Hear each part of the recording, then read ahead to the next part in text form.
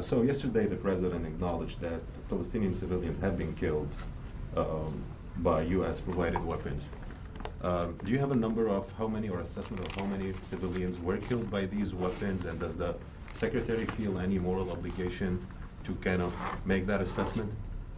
I don't have a number, Fadi. Again, as we've said from the beginning, the loss of any innocent lives in this conflict are tragic. We've been very clear from the start with our Israeli partners that we expect that they will employ any capabilities we provide them in accordance with the law of armed conflict and international humanitarian law. And that has been a consistent and steady conversation that we've had with them from the beginning, and it continues to now.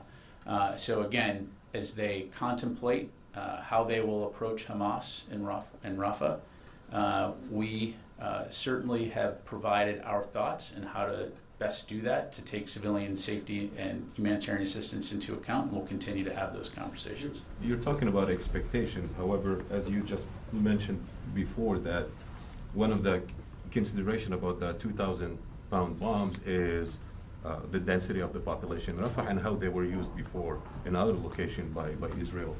Why didn't you restrict before the use of these bombs, knowing that Gaza is one of the most densely populated areas in the world? And were you expecting something different? Was it a mistake not to restrict the use of these bombs in Gaza?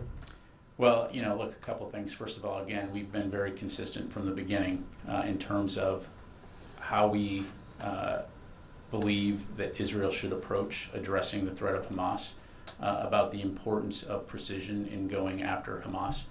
We've also been very clear that more needs to be done to ensure the safety and security of civilians, innocent civilians in Gaza.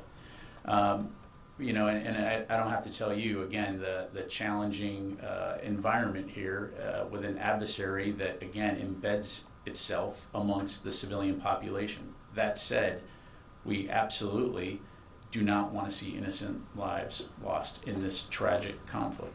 So again, we're going to continue to consult with Israel as they look at how to address Hamas in Rafah, and we will continue to do what we can to not only ensure that civilian safety is taken into account, but also look at how we can continue to get humanitarian assistance, whether it's by land, sea, or air, to help the people of Gaza.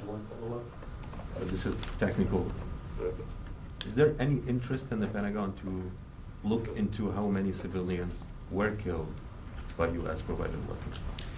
Look, Fadi, right now there's an ongoing conflict between Hamas and Israel, and we understand the complex and dynamic nature of that conflict. So our focus right now is on getting humanitarian assistance into Gaza, also continuing to ensure that Israel has what it needs to defend itself. And again, I'd highlight just several weeks ago when they were attacked by Iran in an unprecedented air attack. So those threats are real. And at the end of the day, what we're all working toward, alongside many partners in the international community, is a situation where Israelis and Palestinians can live next to one another in peace. There can be security and stability in Gaza and the region. And again, we'll continue to work toward that. Let me go to Chris. Thanks.